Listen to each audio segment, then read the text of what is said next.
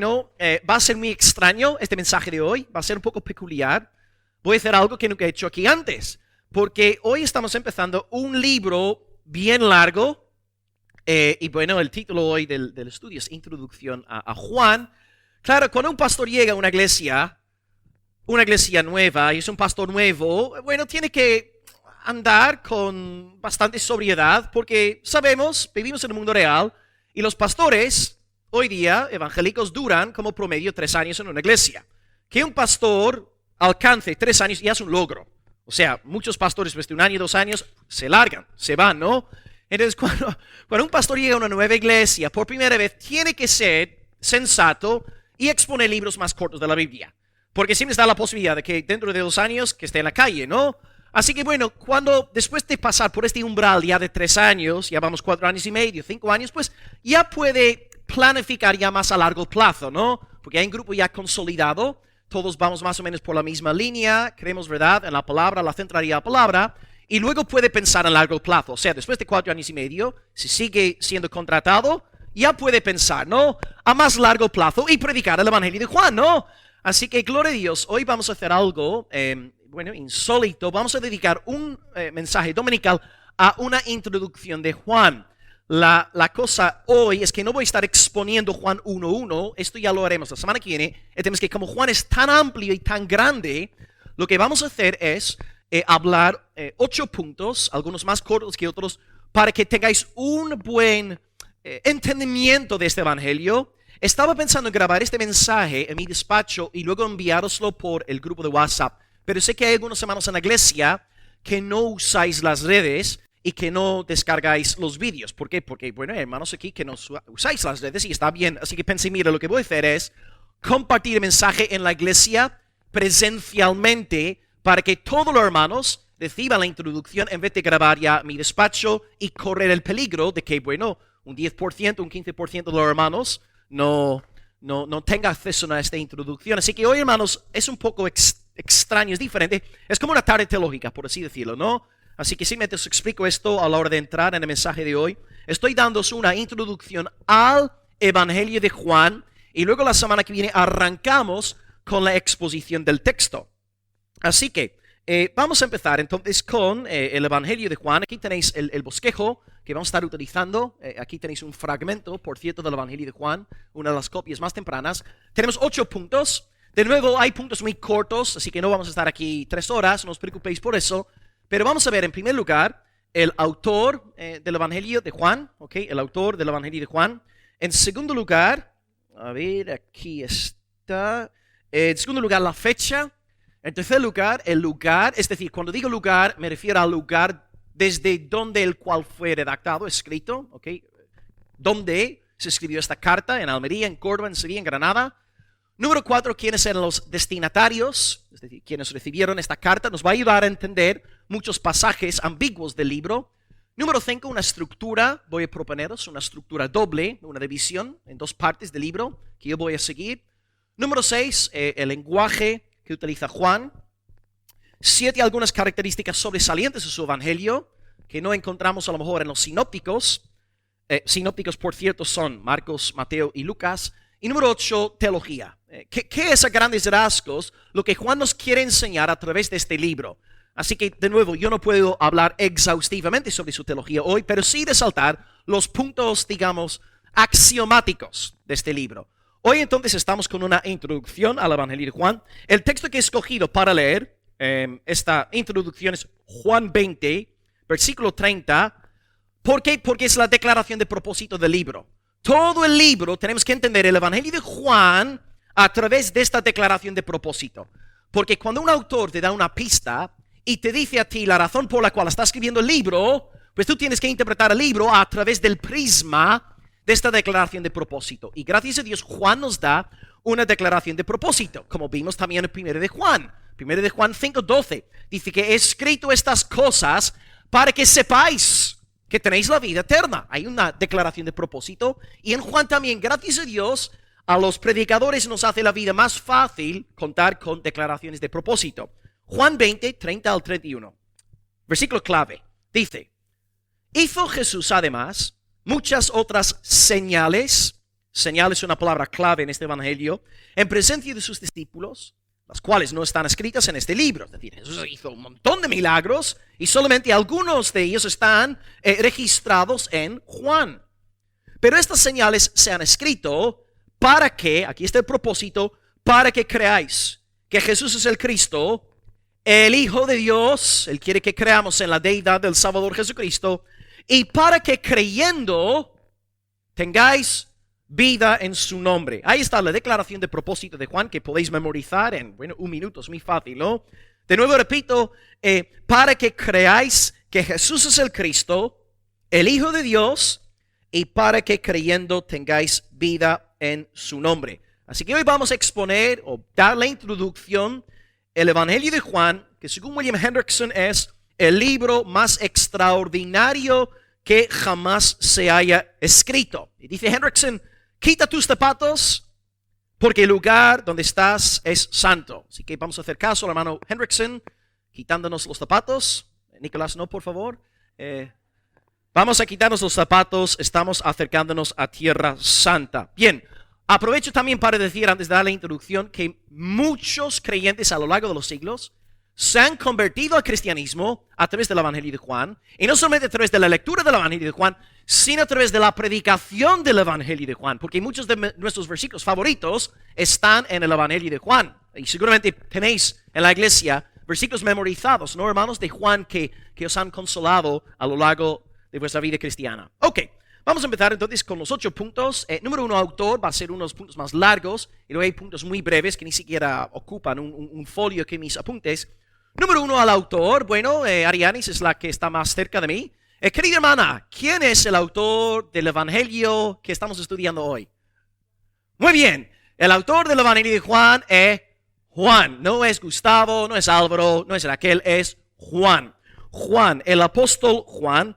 Y el apóstol Juan era uno de los 12. Ahora, sabemos que fue Juan porque uno de los discípulos de Juan se llamaba, está muerto ahora, Policarpo. Policarpo era un mártir de la iglesia primitiva. Y se ve que él fue martirizado el día 23 de febrero del año 155 y fue quemado, por cierto, porque no quiso adorar a los dioses del Imperio Romano. Él tenía en aquel entonces 86 años, y cuando le pidieron que recantara, se dice así, ¿verdad? Retractara su fe, ¿no? Que negara a Cristo, él dice, en respuesta al consulador, yo llevo 86 años sirviendo a Cristo y ningún mal me he hecho. ¿Cómo he de maldecir a mi Rey Jesús que me salvó? Y luego el juez le dijo, bueno, si no te arrepientes de tu fe en Cristo, vamos a quemarte, vas a tener que pasar por el fuego. Y el 86-añero le dijo al consulador de nuevo que este fuego, querido Señor, durará un solo momento. Pero yo he oído hablar de otro fuego que jamás será apagado. O sea, Policarpo temió más al Señor que las amenazas del Imperio Romano, y con sus 86 años murió dando su vida por el Señor. Y ahora, interesantemente, Policarpo, antes de morir, discipuló a una figura bien importante de la historia de la iglesia. Y este discípulo de Policarpo, un discípulo de Juan, el discípulo de Policarpo más famoso se llamaba... ¡Oh, wow! Te voy a regalar algo, hermano. Gloria a Dios. Una botella de agua, es lo único que tengo. Policarpo era el discípulo de Juan.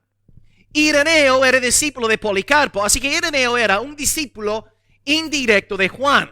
O sea, Juan, Policarpo, Policarpo, Ireneo. Y Ireneo nos dice que Juan escribió el Evangelio, y aquí cito textualmente a Ireneo, estando en Éfeso, y escribió el Evangelio después de los sinópticos, Mateo, Marcos y Lucas. Escribió el cuarto Evangelio el discípulo que reclinó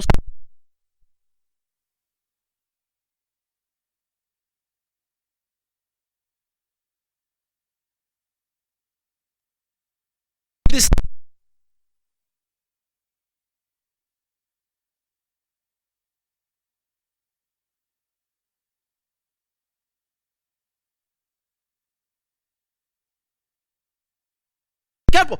Policarpo es el discípulo de Juan. Así que cuando tenemos un discípulo de Juan, diciéndonos que Juan escribió el Evangelio, pues sabemos a ciencia cierta que Juan fue el autor del cuarto Evangelio. Ahora, ¿qué dice la Biblia sobre él? Juan era, antes de convertirse en apóstol, un hombre con un oficio, y su oficio era iglesia. ¿Qué hacía Juan antes de convertirse en apóstol? Pescador, muy bien, era almeriense, era pescador, gloria a Dios. Él era hijo de Zebedeo, su madre se llamaba María Salomé y tenía un hermano que también era apóstol llamado Jacobo. Jacobo, Juan, hijos de Zebedeo, hijos de trueno, ¿no? Como son conocidos en la Biblia. Y podéis ahí apuntar, Mateo 4, 21, 22, dice, Jesús, pasando de ahí, vio a dos hermanos, Jacobo, hijo de Zebedeo, y Juan, su hermano, jovencito, en la barca con Zebedeo, su padre, que remendaban sus redes, y los llamó, y ellos dejando las redes, dejando la barca, le siguieron a Jesús.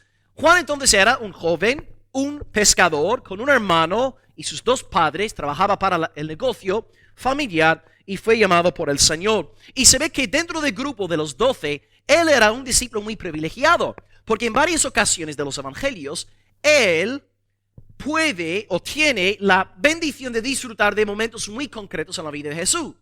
Por ejemplo, podemos pensar en el monte de la transfiguración. Solamente 3 discípulos subieron con Jesús al monte de la transfiguración. Juan, Jacobo y, muy bien, Pedro. Formaba parte de este grupo más íntimo. También en el huerto de Getsemaní, Pedro, Juan y Jacobo.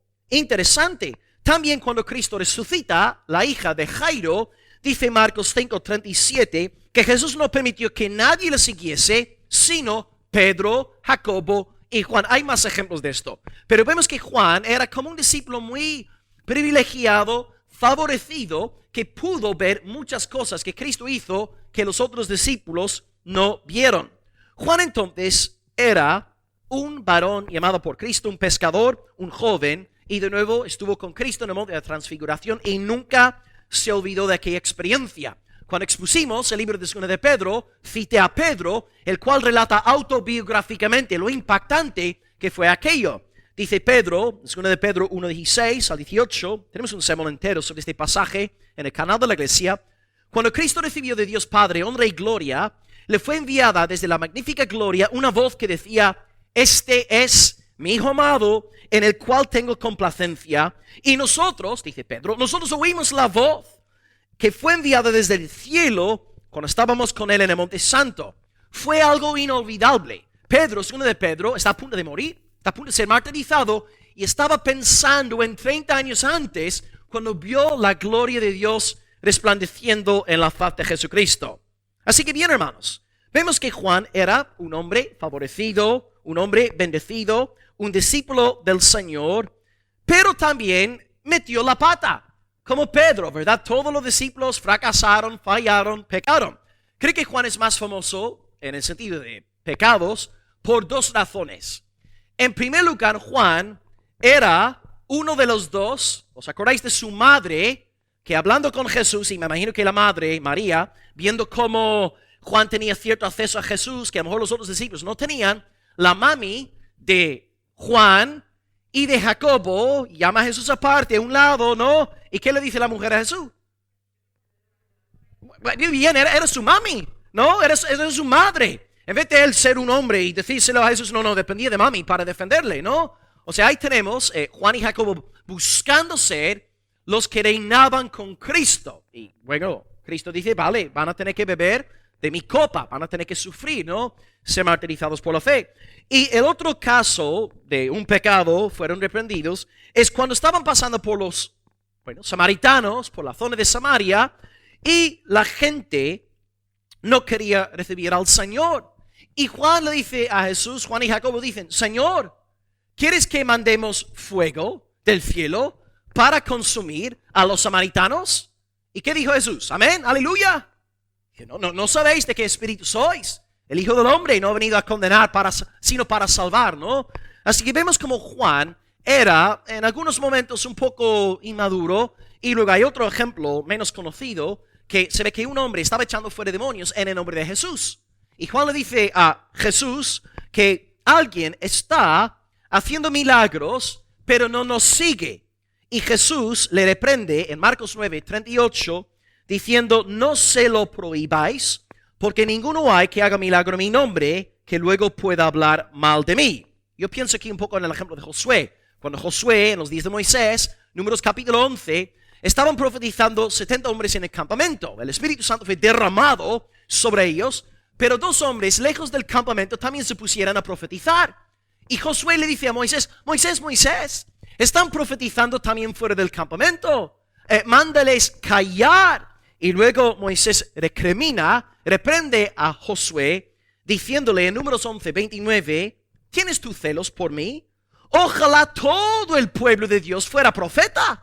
No solamente estos 70 y aquellos 2. Ojalá todo el pueblo de Dios fuera profeta y que Dios pusiera su espíritu sobre ellos. Entonces vemos algo de este corazón en Juan, ¿no? Este exclusivismo no sano. Sí, creemos en la exclusividad de salvación en Cristo, pero luego hay este exclusivismo a veces en nuestras denominaciones, ¿no? Que solamente nosotros somos los favorecidos del Señor, los escogidos del Señor, y no entendemos que la obra de Dios es más amplia que nuestra denominación y que nuestra iglesia local. Así que vemos que Juan también tuvo sus, metaduras de pata, por así decirlo, 2 pecados abiertos, y luego este tercer ejemplo donde mandó callar o pidió callar a este milagrero. Pero gracias a Dios, después del día de Pentecostés, Dios le levantó como un poderoso embajador del reino de los cielos. Le encontramos, por ejemplo, ya en el libro de los Hechos, capítulo 4, dando testimonio con Pedro de Cristo, defendiendo al Señor. Fue encarcelado, Dios le sacó milagrosamente de la cárcel y seguía predicando. Fue un hombre revolucionado. Y más adelante, interesantemente, en Samaria, en Hechos capítulo 8, donde en los evangelios pidió que se enviara fuego para consumir a los samaritanos. Ahora en Hechos capítulo 8, entra en Samaria, la misma zona, orando por las personas que se habían convertido para que recibiesen el Espíritu Santo. Pedro y Juan les impusieron las manos y recibieron el Espíritu Santo. Y fue en aquel contexto, cuando os acordáis de Simón el mago, cuando vio que poder fue dado a los creyentes a través de Pedro y Juan, Simón el mago, ¿qué hizo? Ofreció dinero. Él quería comprar el poder de Dios. Y Pedro dice: gloria a Dios, que bien, siembra 50 euros en mi ministerio y yo te daré agua bendita que te librará del COVID-19. No hablo como un charlatán de nuestros días. Juan, a través de Pedro lo dice, no Juan. Pedro le mira a Simón el mago y dice: tu dinero perezca contigo, porque has pensado comprar el don de Dios con dinero. No se compra la sanidad de Dios. No se compra milagros, hermanos. Es una gracia soberana y libre del Señor. Cuidado con los que están online, ¿no? Siempre pidiendo: si queréis un milagro, envíame una ofrenda de 10 euros. Lobos. No se pide dinero por sanidades ni por milagros. Amén, aleluya. Y además de ver a Juan como un gran pilar de la iglesia, como dice Pablo también en Gálatas 2, llegó a ser un pilar en la iglesia primitiva. Él escribió 1 de Juan, 2 de Juan, 3 de Juan, el Evangelio de Juan y, muy bien, el libro de Apocalipsis. A ver si un día no llegamos a estudiar el libro de Apocalipsis. A lo mejor lo estudiaremos en 1000 años, ¿no? En 766 años lo estudiaremos. Y además, a finales de su vida, escribió el libro de Apocalipsis desde una isla llamada, muy bien, Patmos. ¿Y por qué estaba en Patmos? Preso por la palabra del Señor. O sea, vemos que, a principios dejó mucho que desear, metió la pata, se equivocó, pero Dios lo levantó, lo santificó, se hizo maduro en el Señor, y luego a finales de sus días están en Patmos exhortando a la iglesia a permanecer firme en la fe. Así que ciertamente es un gran hombre del Señor, un hombre de Dios que el Señor usó, y gloria al Señor. Él era también, para acabar, un hombre, según la palabra, sin letra y del vulgo. Esto significa que no era un teólogo profesional, no tenía acceso a la formación, digamos, de los fariseos y saduceos. Sí conocía la palabra, al ser judío, habría sido, bueno, enseñado las escrituras en casa, tendría muchos textos memorizados, pero no era un teólogo profesional. Y esto a mí me da mucho ánimo, porque me enseña hoy que no tienes que ser un coco para ser usado por Dios. Los pescadores aquí entre nosotros podéis ser usados por Dios. O sea, Dios no viene hoy buscando los grandes doctores, los grandes teólogos, para que ellos sean usados por el Señor. No. Dios viene buscando a pescadores, a publicanos, a personas, ¿no? Sin letra y del vulgo. Y hoy Cristo hace el llamamiento hoy a todos. Venid en pos de mí y os haré pescadores de hombres. Venid, Cristo os llama, independientemente de vuestra situación laboral, socioeconómica. Venid hoy a Cristo. Cristo os llama hoy. Seguidme como Pedro, seguidme como Juan, seguidme como Jacobo. Así que, primer punto, podemos terminarlo diciendo: el Evangelio de Juan fue redactado por Juan, pescador, que sí, metió la pata en un par de ocasiones, pero luego fue santificado, se hizo maduro en la fe y Dios le usó poderosamente. Ahora, podemos sacar más datos sobre él en el Nuevo Testamento, pero he subrayado, digamos, lo principal, fundamental. Bien, número 1, autor es Juan. Punto número 2, va a ser muy breve. La fecha del Evangelio de Juan. De nuevo, antes de preparar esta serie de predicaciones, he tenido que comprar, ¿no?, bastantes libros sobre el Evangelio de Juan, la teología de Juan, y estoy aquí resumiendo a grandes rasgos muchas voces, ¿no?, muchos estudios diferentes para daros para compartiros, ¿no?, correctamente. En segundo lugar, la fecha. El autor es Juan, grandemente amado por Cristo, pero ¿cuándo? ¿En qué fecha escribió el libro? Bueno, según la cita que usé antes de Ireneo, dice que Juan escribió el Evangelio estando en Éfeso, pero él no nos da el año. Pero entre los eruditos que he consultado, y tengo unos cuantos libros, ¿no?, en casa, como regla general, la perspectiva mayoritaria es que Juan redactó este Evangelio al mismo tiempo que primera, segunda y tercera de Juan. Esto nos llevaría a pensar que fue redactado por los años 80, tal vez 90 del primer siglo. Apocalipsis también lo ubicamos, ¿no?, en los 90 hasta 95 como tarde, pero como regla general, los eruditos dicen que este libro fue escrito en los años 80 o 90 del primer siglo. Bien, o sea, 50, 60 años después del ministerio de Cristo. Bien. Ok, número 1, Juan. Número 2, años 80, 90. Luego a finales de mensaje os haré preguntas para ver si habéis prestado atención. Ahora número 3. Lugar, si habéis prestado atención a la cita de Ireneo, el discípulo de Policarpo, discípulo de Juan, ya sabéis la respuesta a la tercera pregunta. ¿Desde dónde, según Ireneo, redactó Juan su libro? Muy bien, una de las ciudades más importantes del Imperio Romano. La ciudad de Éfeso. Repito, la cito una vez más. Estando en Éfeso, Juan escribió el Evangelio, el discípulo que reclinó su cabeza en el pecho de Jesús. Éfeso. Éfeso era capital de la provincia romana de Asia Menor, una zona que tú y hoy conocemos como Turquía. Éfeso era en aquel entonces la capital de Turquía. Hoy es Istambul, ¿no? En aquel entonces era la ciudad de Éfeso. Y por supuesto, como bien sabemos, por una hermana de nuestra iglesia, tenían una de las maravillas, de las 7 maravillas del mundo antiguo. En Éfeso contaban con el templo a la diosa Diana. ¿Os acordáis de Hechos? Capítulo 19, si no me acuerdo mal. Grande es Diana de los Efesios. Grande es Diana de los Efesios. Y ahí tenéis ahí arriba, si puedes saltar, ahí está el templo de Diana, una de las maravillas de Éfeso, y luego algunas imágenes contemporáneas de la ciudad de Éfeso en nuestros días. Esto significa que si él estuvo durante bastantes años en Éfeso, habría sido un buen amigo de Timoteo, porque Timoteo era el pastor, el joven pastor, ¿no?, de la iglesia de Timoteo, y pienso, ¿cuán bueno fue el Señor al permitir que un joven, ¿verdad?, que no tenía mucha seguridad y Pablo le tuvo que alentar mucho? Qué sabio fue Dios, ¿no?, al enviar a Juan, un varón experimentado, ¿verdad?, un hombre con madurez en el Señor, a ayudar al joven Timoteo a desempeñar su ministerio pastoral, ¿no? Y pensé, wow, cuán bueno, cuán tierno es el Señor, ¿no? Levantar un hombre como Juan para luego ayudar a Timoteo. Y me imagino muchas veces que el Timoteo, ¿no? Pobre, estaba ahí pidiéndole a Juan que orara por él, pidiendo consejo. Así que Dios tenía a Juan ahí en Éfeso. Gloria al nombre del Señor. Y se piensa que la iglesia ahí fue fundada por una pareja misionaria llamada Aquila y Priscila, o Priscila y Aquila. Y Pablo también estuvo ahí bastante tiempo en su tercer viaje misionero. Tiró hasta 3 años en la iglesia de Éfeso.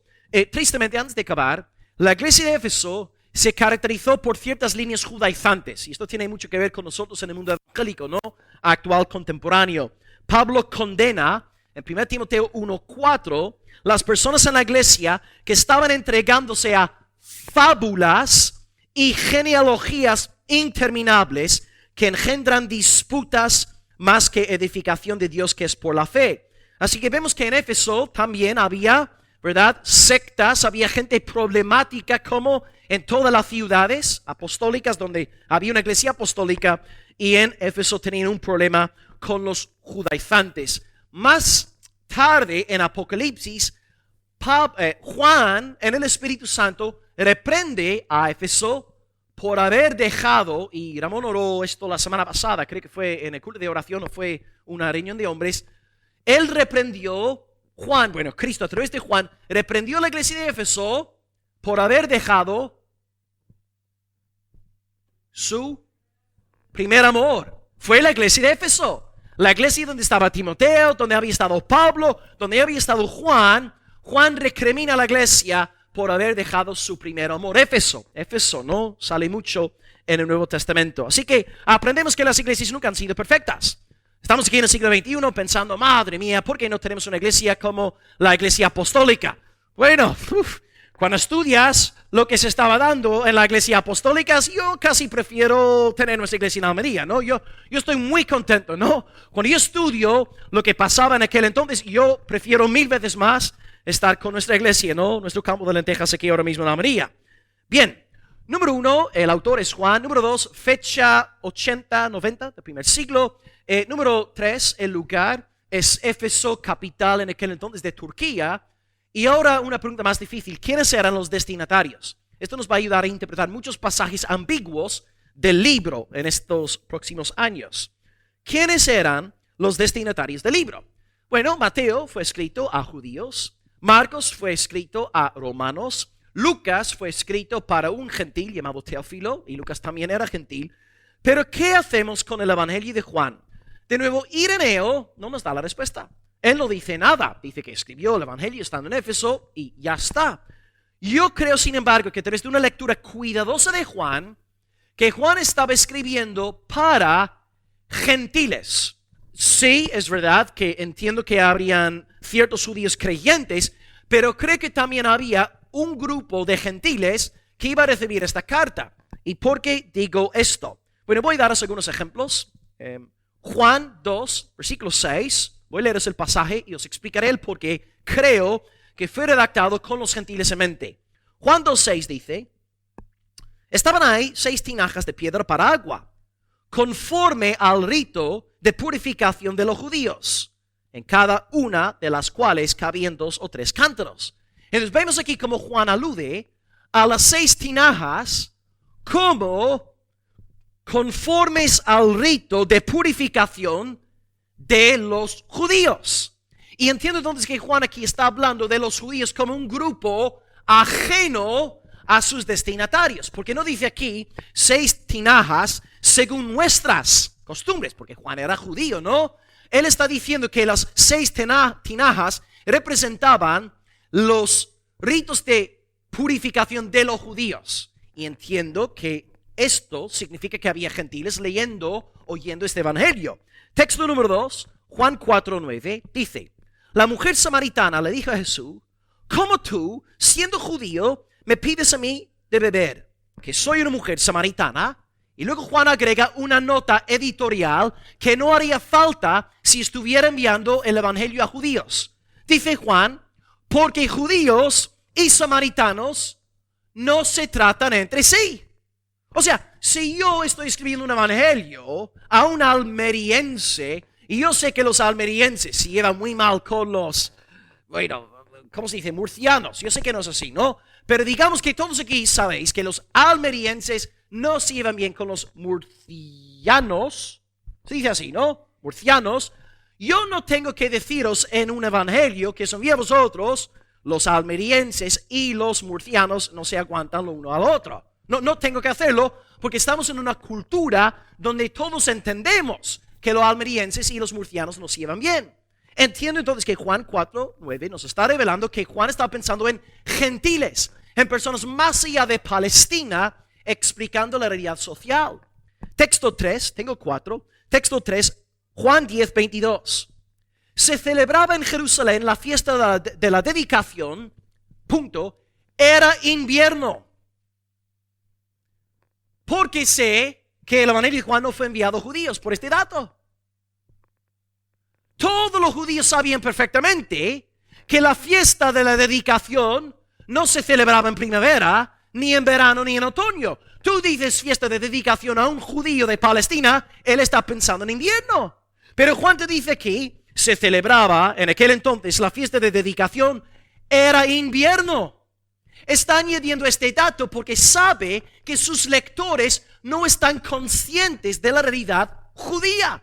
De nuevo, otra prueba de que fue enviado a gentiles. Y finalmente, Juan 19, versículo 31, dice, entonces los judíos, por cuanto era la preparación de la Pascua, a fin de que los cuerpos no quedasen en la cruz en el día de reposo, pues aquel día de reposo era de gran solemnidad, rogaron a Pilato que se les quebrasen las piernas y fuesen quitados de ahí. Si tú eres un judío, Paco, y le digo a Paco, le hablo sobre el sábado y Paco es un judío, no le tengo que escribir diciendo que el sábado es un día de gran solemnidad. Él es un judío, él sabe desde chiquitito que el sábado es un día de gran solemnidad. Así que hermanos, estos puntos editoriales nos revelan que Juan está pensando en una audiencia no judía. Seguramente había judíos en la congregación, pero era una iglesia gentil. Así que yo no sé exactamente de dónde eran aquellos gentiles. Algunos creen que podría haber sido la propia iglesia de Éfeso. Puede ser que sí, puede ser que no lo sabemos. Pero lo que sí creo que podemos decir, a ciencia cierta, a través de los textos leídos, es que este evangelio fue escrito para gentiles. Sí, judíos seguramente, en toda la iglesia es como en el primer siglo, pero mayoritariamente gentiles. Repasamos entonces los primeros 4 puntos. El autor es Juan, fecha 190, más o menos como primero de Juan, lugar, Éfeso, capital de Turquía en aquel entonces, Asia Menor, y 4 los destinatarios. Muy bien, excelente. Ok, 5, 6, 7 y 8. Ahora número 5, estructura. La estructura que yo voy a seguir en estos años aquí de exposición. Yo voy a dividir el libro por la mitad. Por la mitad. ¿Ok? Una división simple. A mí me gusta la sencillez, no me gusta complicarme la vida, no me gusta calentarme el coco. A mí me encanta la sencillez, ¿no? Así que vamos a dividir el libro en 2 grandes bloques. En primer lugar, vamos a estudiar del 1 al 11, claro, no hoy, pero ya en el futuro. Del 1 al 11, vamos a estudiar el libro de las señales. El libro de las señales. Y en esta primera parte del libro hay 7, y no es por casualidad que haya 7. 7 es el número divino, 7 es el número de la perfección. En Apocalipsis, 7, número de Dios, ¿no? Así que Juan es un autor muy simbólico, figurativo. Hay 7 señales que hace Jesús en la primera parte de Juan. El primer milagro en Juan es las bodas de Canaán convirtiendo el agua en vino, las aguas en vino, ¿no? Número 2, la sanidad del hijo del noble en Juan capítulo 4. Número 3, la sanidad del paralítico en Juan capítulo 5. Número 4, la alimentación de los 5,000. Número 5, la caminata sobre el agua, capítulo 6, y la alimentación de los 5,000 también está en capítulo 6. Señal número 6, la sanidad del ciego, en Juan capítulo 9. Y finalmente, la última señal, la séptima señal, es la resurrección de Lázaro. Juan capítulo 11. Entonces tenemos 7 señales en la primera parte del libro y se llama por los eruditos el libro de las señales. Así que vamos a ir estudiando estas señales en el futuro. Y el segundo punto, la segunda sección del libro, es el llamado libro de la despedida, o algunos lo llaman el libro de la gloria, que tiene 3 secciones principales. En primer lugar, Cristo se despide, Juan 13 al 17. En segundo lugar, Cristo es crucificado, 18 al 19. Y número 3, Cristo es resucitado del 20 al 21. Así que 2 grandes secciones. Estructura sería el libro de las señales, 1 al 11. El libro de gloria o el libro de la despedida, 12 al 21. Entonces, cuando os pregunte más adelante cuál es la estructura del Evangelio, el libro de las señales y el libro de la despedida o el libro de la gloria, como queráis vosotros. Bien, número 6. Lenguaje. Las palabras clave, yo sé, y os animo a todos, como iglesia, estar ahora leyendo el Evangelio de Juan, ¿verdad? Entre semana, en estos meses. Fijaros en los siguientes vocablos y verbos que se repiten numerosas ocasiones en su Evangelio. Bien, si volvemos a la declaración de propósito, encontramos realmente los vocablos más importantes de este libro. Y voy a nombraros ahora 5. 5 vocablos sobresalientes en el Evangelio de Juan. 1, Padre. 2, Hijo. 3, señales. 4 es un verbo, no es un sustantivo, creer. Bueno, podéis ahí escribir fe, si queréis una lista de sustantivos, fe, pero bueno, sería creer. Juan habla de creer, no de fe. Y número 5, vida, ¿ok? Padre, Hijo, señales, luego creer, un verbo, y vida. En primer lugar, Padre. Padre.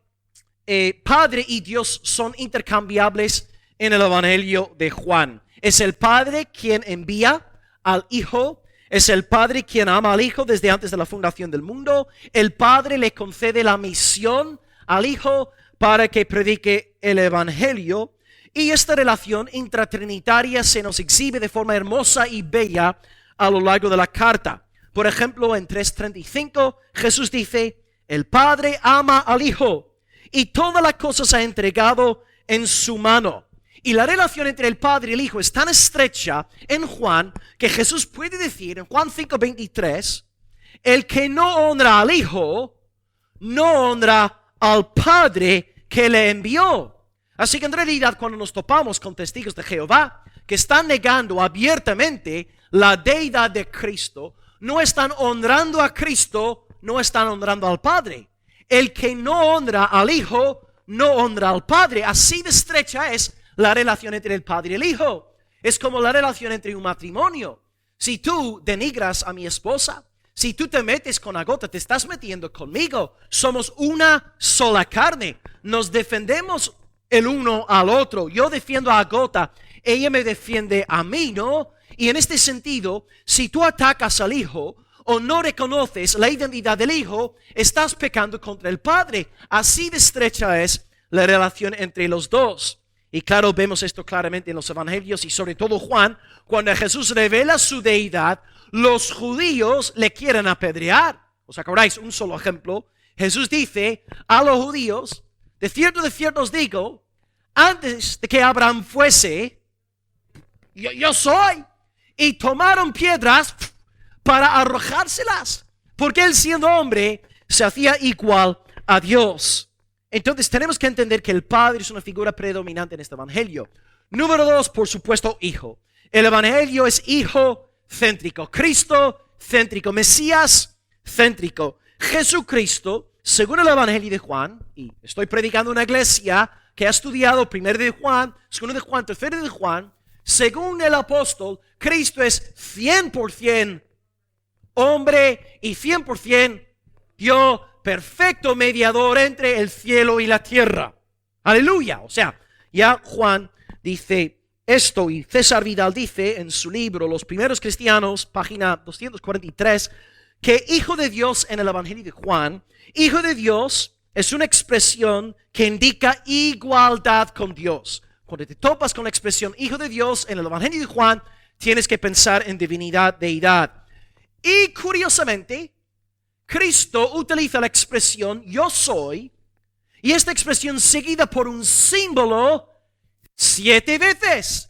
Menuda casualidad. Juan es un autor figurativo, simbólico. Así que hay 7 yo sois en el Evangelio de Juan. Ok, iglesia, yo soy el pan de la vida. Más, por favor. La luz del mundo. Bueno, quiero un símbolo, una imagen. La vida, el camino, la verdad. Bueno, en otro orden, pero en efecto sí. ¿La qué? Bueno, no lo dice así tal cual, ¿no? La luz ya está dicha.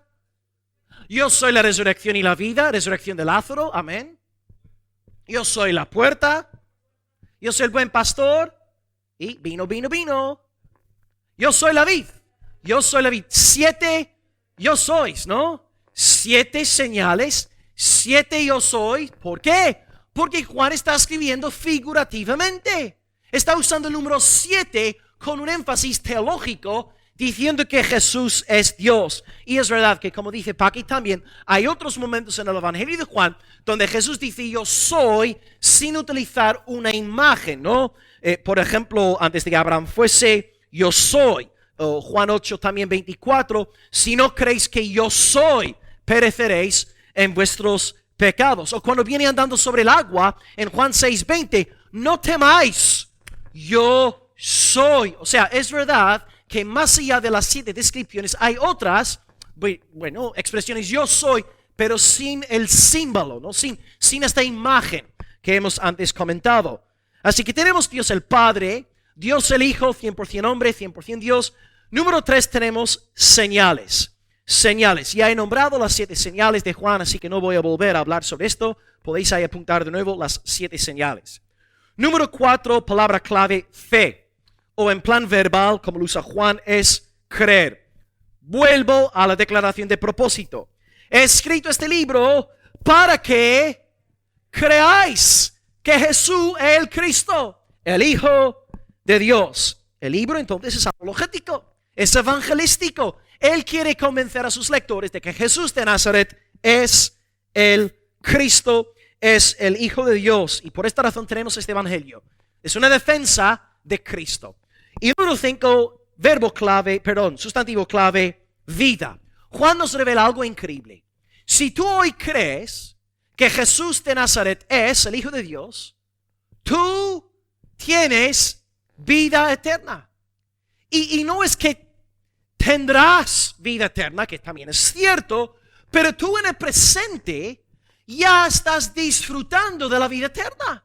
Los poderes del siglo venidero ya están operando en ti. Eres una nueva criatura y lo que ha pasado en ti en la actualidad va a suceder a nivel cósmico en el día final. Ahí tenéis, hermanos, 5 palabras clave del Evangelio de Juan.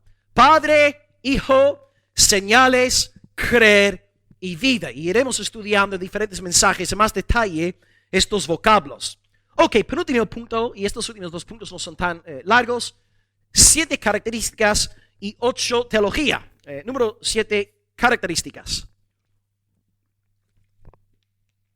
Y creo que habré perdido 7 kilos predicando este sermón hoy. Estoy sudando, tengo sudor por todo el cuerpo. Voy a abrazar a todos los hermanos a la cámara culta.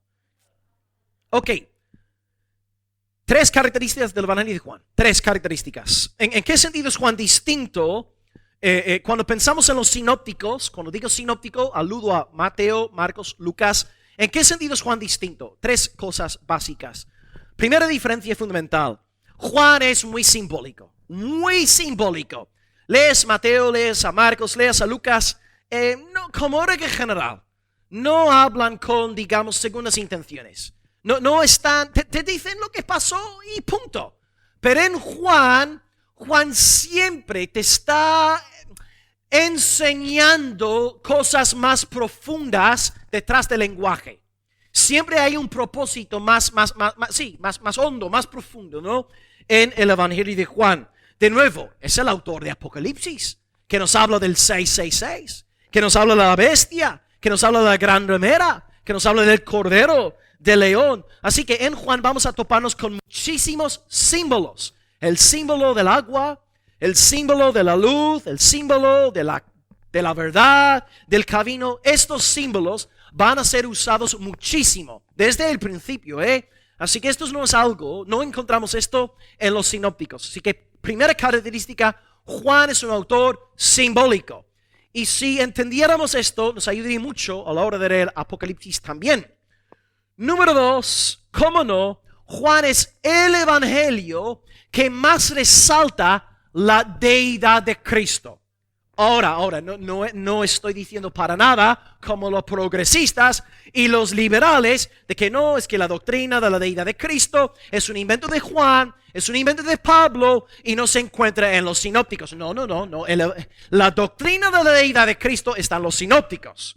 Ahora, sí reconozco que en Juan la doctrina se hacía explícita, es innegable. Tú no puedes leer el libro de Juan sin creer en Cristo como Dios, y por eso los liberales detestan el libro de Juan. La doctrina de la deidad de Cristo sí está en los sinópticos, pero reconozco que no se enseña de forma tan abierta como en Juan, y daré un ejemplo donde vemos la deidad de Cristo en los sinópticos. Marcos, el primer evangelio en ser redactado, capítulo 2, Jesús sana al hombre paralítico que fue bajado a través del techo de aquella casa del hombre. Jesús le dice, hijo, te digo, tus pecados son perdonados. Y todos escandalizados, ¿quién puede perdonar los pecados sino? Marcos capítulo 2 nos está dando testimonio de la deidad del Salvador Jesucristo. Yo soy el Señor del día de reposo. Marcos capítulo 3. ¿Quién es el Señor del día de reposo? Sino el Todopoderoso. Así que, hermanos, sí, la doctrina de la deidad de Cristo está claramente enseñada en los sinópticos, pero reconozco que en Juan ya es absolutamente innegable. Y si no crees en la deidad de Cristo después de leer Juan, es que estás mal de la cabeza. Es que te falta un tornillo, estás fatal. O sea, es así. Cristo es Dios. Primera característica es un evangelio simbólico. Número 2 es un evangelio enfocado en la deidad. Sí, resalta su humanidad, pero también su deidad. Y característica número 3 es un evangelio de diálogo. A lo mejor en Mateo encontramos 5 secciones largas de enseñanza de Jesús, pero no de diálogo. En los demás evangelios hay muy pocos diálogos, pero en el evangelio de Juan, Cristo siempre está conversando con la gente. Por ejemplo, ya para empezar en capítulo 1, conversa con Pedro, conversa con Felipe, conversa con Nataniel. Luego tiene un capítulo casi, ¿verdad? La primera parte de Juan 3, hablando con Nicodemo. Luego el capítulo 4 entero, dedicado a una charla con la mujer samaritana ahí en Samaria. Luego también conversa con los discípulos a la hora de despedirse de ellos. Hay una charla larga también con Pilato. O sea, donde los sinópticos tienden más a hablar de parábolas, Juan no habla de parábolas. No hay ni una sola parábola en Juan, pero hay muchas conversaciones, muchos diálogos, algo que no encontramos en los sinópticos. 3 características que vamos a estar viendo: simbolismo, deidad de Cristo y diálogo. ¿Ok? Simbolismo, deidad de Cristo y diálogos. Y ahora, gracias al Señor, número 8, llegamos hoy al último punto de mensaje, la teología. La teología de Juan. Y aquí vuelvo a la declaración de propósito. Los 3 ejes centrales de Juan están en la declaración de propósito. Y estas son las cosas que voy a estar defendiendo y compartiendo en los próximos meses y años. 3 cosas extraídas de la declaración de propósito. Punto teológico número 1. La identidad de Cristo. Punto teológico número 2, la relación entre señales y fe. Punto número 3, vida eterna. ¿Okay? Número 1, la identidad de Jesús. Número 2, la relación entre las señales y la fe. Y número 3, la vida eterna. Estos 3 puntos están extraídos tal cual de la declaración de propósito. Bueno, en cuanto a la identidad de Jesús, acabo de decir lo que Jesús es, ¿no?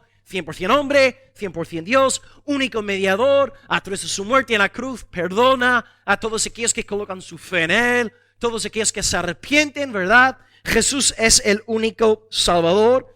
No obstante, hay que reconocer también que Jesús es humano, según el Evangelio de Juan, no solamente Dios. Así que para Juan, Cristo es el Cristo, pero es más que el Cristo, es de la misma esencia que Dios. Daré algunas citas en este sentido. Juan 1:1, que vamos a ver la semana que viene. En el principio era el verbo era con Dios, y el verbo era, ¿y quién es el verbo?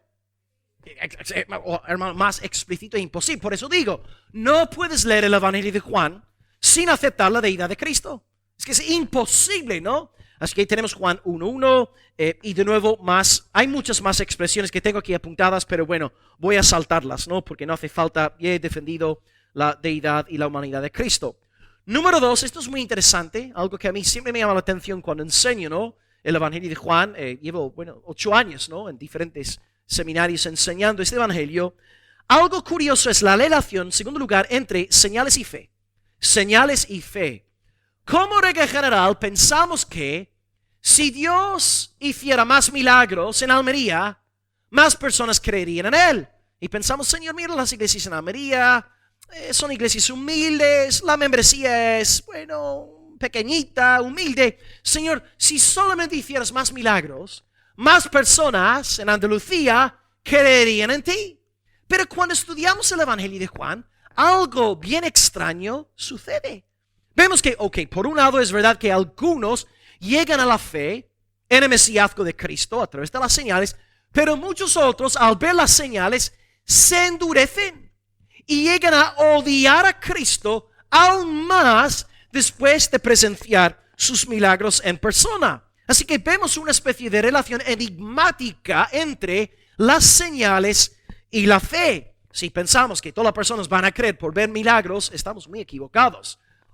Podemos pensar en ejemplos positivos como Nataniel, que cuando Jesús le dice que él le vio debajo de la higuera, Nataniel dice, wow, yo sé que tú eres el Cristo, eres el Hijo de Dios. Y Jesús dice, wow, ¿me crees en mí por yo decirte esto? Cosas mayores verás al Hijo del Hombre, ¿no? Y los ángeles de Dios ascendiendo y descendiendo sobre él. También muchos de los discípulos creyeron en el mesíasgo de Cristo al ver las señales que hacía. Por ejemplo, después de convertir el agua en vino, dice la palabra en Juan 2:11 que los discípulos al ver la señal creyeron en Jesús. Así que es verdad, hermanos, que sí, por un lado, hay unas cuantas personas que colocan su fe en Cristo gracias a las señales. Pero por otro lado, la mayoría crece en enemistad hacia Cristo al ver los milagros que hacía. Por ejemplo, hay un texto muy extraño, ¿no? Justo a finales de Juan 2, versículo 24, dice la palabra que algunas personas creyeron en Cristo al ver las señales que hacía. Pero el versículo 24 dice, pero Jesús no se fiaba de ellos. No se fiaba de ellos porque conocía a todos. Es decir, había gente que estaba contenta con Jesús cuando hacía milagros, cuando todo iba bien, ¿verdad? Cuando Cristo me regala salud y un nuevo coche y una promoción en el trabajo. Aleluya, Cristo es maravilloso. Pero cuando empezamos a sufrir, pasarlo mal, ¿dónde está nuestra fe en el Señor? Hay mucho evangelio así, ¿no? En nuestros días, ¿verdad? El evangelio de panes y peces. También la alimentación de los 5,000, ¿no? Que vieron la señal, el milagro de Cristo. Pero cuando Cristo dice a esta misma multitud que tiene que sufrir por Él, que tiene que llevar su cruz, que tiene que ser odiados por todos, por amor a Cristo, ¿qué hace la multitud que antes estaba disfrutando del pan y del pescado? Se van todo. Habían visto la señal, el milagro, la maravilla, pero no tenían fe verdadera. Entonces, hermanos, cuidado. Hay personas entre nosotros en el mundo evangélico, en el siglo XXI, y solamente te hablan de milagros, de señales, de visiones, de sueños. No, pero hermanos, cuidado con esto. Nosotros abrazamos la teología de la cruz. Nosotros entendemos que cuando estamos derramando nuestra sangre, cuando estamos en dolor, cuando estamos abatidos, ahí está el poder de Dios perfeccionando al regenerado. Nosotros no solamente vemos la mano de Dios en las cosas grandes y maravillosas, vemos y discernimos el poder de Dios en nuestras, debilidades, algo que comenté por el grupo esta semana, ¿no? Que me ha encantado, que he visto en Eva, ¿no? Todos los mensajes que la hermana está escribiendo, ¿no? Te pones en su lugar. Yo digo, si fuera Chloe en esta situación, ¿no? Mi niña en esta situación, y Eva, ¿no? Antonio también, todo lo que están diciendo por el grupo, siempre dando la gloria a Dios, la gloria a Dios. Y si fuera gente no regenerada, gente no santificada, estarían maldiciendo a Dios. Estarían preguntando a Dios, ¿dónde estás? ¿Qué estás haciendo? ¿Por qué no ayudas a mí? ¿Ves? Que tan importante es nacer de nuevo. Y no seguir el evangelio de panes y de peces. Hermano, ¿das tú la gloria de Dios en todas las cosas? ¿O solamente cuando estás comiendo alegremente? No. El verdadero discípulo persevera bajo la cruz también. Cuando pasamos por dificultades, ahí está la prueba de la verdadera fe. Y vuelvo a lo de Job, ¿no? Hablas como una mujer necia. ¿Qué? ¿Recibiremos el bien de parte de Dios? ¿Y no recibiremos también el mal? El Señor ha dado y el Señor ha quitado. Bendito sea el nombre del Señor. Así habla el regenerado, pero el falso creyente no puede hablar así. El falso creyente vive en esta burbuja de panes y de peces. Cuidado, no todos. No todos son de la fe. No todos los que están comiendo con nosotros han nacido de nuevo. Esta es la idea. Y creo que el mejor ejemplo de que las señales no producen verdadera fe es la resurrección de Lázaro. Porque al resucitar Lázaro de entre la muerte, las autoridades judías se juntan todas ellas y toman la decisión de hacer ¿qué? Sí, matar a Jesús, y no solamente tramar la muerte de Jesús, sino también al mismo tiempo quiere matar a Lázaro. Lázaro resucitado, 4 días muerto. Tú pensarías que estuvieron bien, ¿verdad? Bien espiritualmente hablando. Gloria a Dios, Lázaro. Estamos tan felices de que estés aquí entre nosotros, y van a planificar su muerte. Wow. O sea, puedes ver en carne propia una resurrección y aún así odiar a Jesucristo y a sus siervos. O sea, la señal no siempre produce fe. De nuevo, esta oración, Señor, si hicieras más milagros, más gente creería en ti. No es así.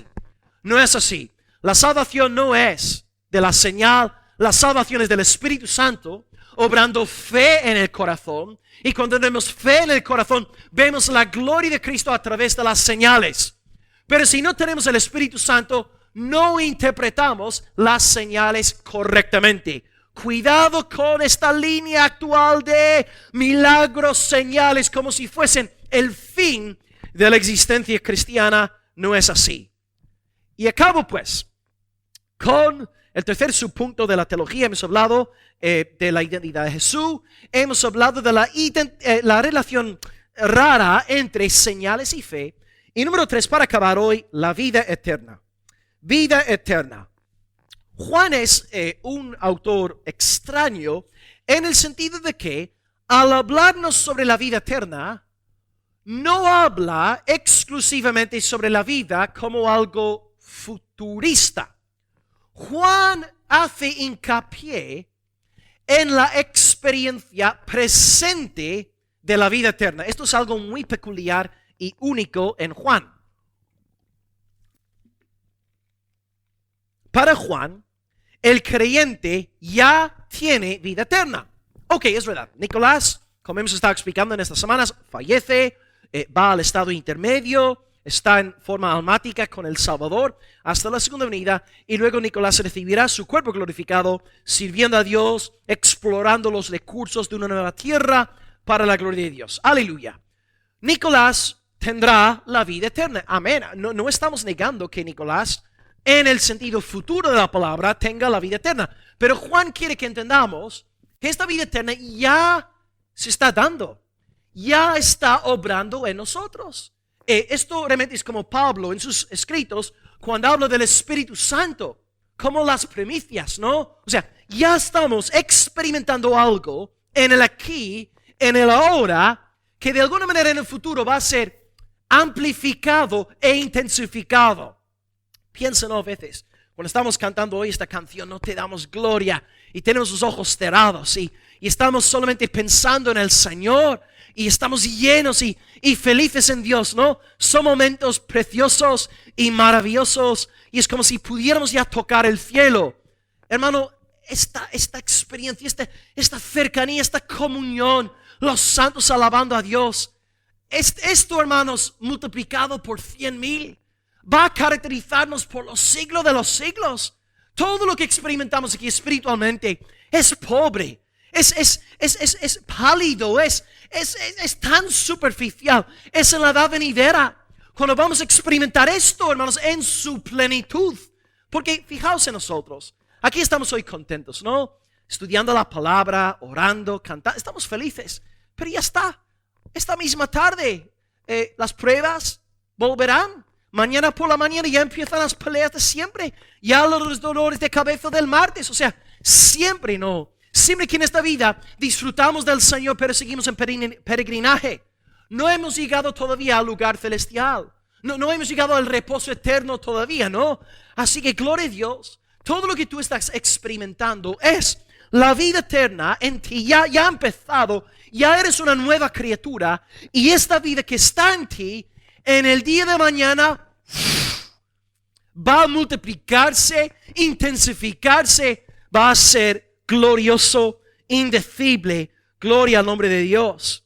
Podéis apuntar aquí si queréis, Juan 5:24. Jesús dice, el que oye mi palabra y cree al que me envió, tiene, ¿qué no dice? Muy bien, no dice, el que oye mi palabra tendrá vida eterna. Ahora sí, tendrá vida eterna, amén. Pero dice, si tú ya oyes la palabra de Cristo y crees en el Padre y en el Hijo, ya tienes, presente simple, ya tienes vida eterna morando en ti. Si en el día final, también, gloria a Dios, pero hoy tienes vida eterna. Y por eso amas al Señor, por eso te deleitas en Cristo, por eso te encantan los poderes del siglo venidero, porque la vida futura ya ha empezado en ti. En realidad tú eres un ser del futuro, tú eres un extraterrestre, tú eres un ovni, tú eres un bicho raro, tú estás aquí con una profecía andante de cómo ha de ser el universo en el día de mañana. Y Dios te ha dejado aquí en este mundo como una luz de la edad venidera. Y lo que está pasando en ti ahora mismo, en el presente, es una profecía universal de lo que ha de suceder en la regeneración del cosmos, según Mateo 19:28. O sea, hermano, tú eres un ser del futuro. Tú perteneces al futuro. Y tu existencia es una demostración de que el futuro de la glorificación del reino de Dios ya se está haciendo una realidad aquí en Almería. O sea, estamos en una iglesia ahora, una iglesia repleta de milagros. Cada persona nacida de nuevo aquí, en este lugar, es un milagro. Cada persona es una profecía del Espíritu. ¿Sabes que sí es increíble cuando te enteras de tu verdadera identidad en el Señor Jesucristo? La vida eterna que ha empezado en ti va a ser completamente perfeccionada en el día final. Gloria a Dios por esta hermosa esperanza. Así que hemos hablado de 3 cosas. La identidad de Jesús, la relación señales fe y en tercer lugar la vida eterna. Bien, recapitulamos, repasamos y luego oramos al Señor. Emocionados para empezar la semana que viene. Juan capítulo 1. Os animo, hermanos, como iglesia, a estar estudiando, leyendo, memorizando vuestros versículos favoritos, ¿no? De Juan 1 en estas semanas. Bien, repaso lanzando preguntas a la iglesia para ver si habéis prestado atención. Ok, queridos hermanos, ¿quién es el autor del Evangelio que vamos a estar estudiando en estos meses, años? Juan, muy bien, el Evangelio de Juan. Número 2, fecha. 90, sí, como 1 Juan, 2 Juan, 3 Juan, tal vez antes de Apocalipsis. Número 3, lugar. Éfeso, capital de Turquía, Asia Menor, excelente. ¿Quién era pastor en Éfeso? Timoteo. ¿Quién estuvo 3 años en Éfeso? Pablo. Número 4, destinatarios. Gentiles. ¿Por qué? Porque tiene que explicar las costumbres judías. Algo que no tendría que hacer si estuviera escribiendo a una audiencia judía. Ok, número 5. Estructura que he dividido todo el libro en 2 bloques. ¿Cuántas señales hay, Raquel? ¿Por qué 7? Oh, aleluya. Segunda parte del libro. Libro de despedida, libro de gloria, como queráis vosotros. Excelente. 2 divisiones. Bueno, una división. Número 6, ¿cuáles son los 5 vocablos clave de este evangelio? Padre, Hijo, señale, creer o en plan sustantivo, fe y vida. Excelente, gloria a Dios. Número 7, 3 características del evangelio de Juan, donde vemos la diferencia entre los sinópticos y Juan. Simbólico, sí, pues, está bien. Sí, simbólico, figurativo, sí. Número 2. Deidad de Cristo, sí. Diálogo, conversación, charlas, cosas que no encontramos en los sinópticos. Y finalmente, en tercer lugar, los 3 ejes de la teología de Juan que están sacados directamente de la declaración de propósito, identidad de Jesús, esta relación rara entre señales y fe, y número 3, vida eterna. ¿Y por qué es la vida eterna tan peculiar en Juan? Ahora, ya está. No es algo futurista, bueno, sí es algo futurista, pero es algo que ya ha comenzado en el aquí y el ahora, algo que no encontramos en los sinópticos, ¿no? Así que bien, gloria a Dios.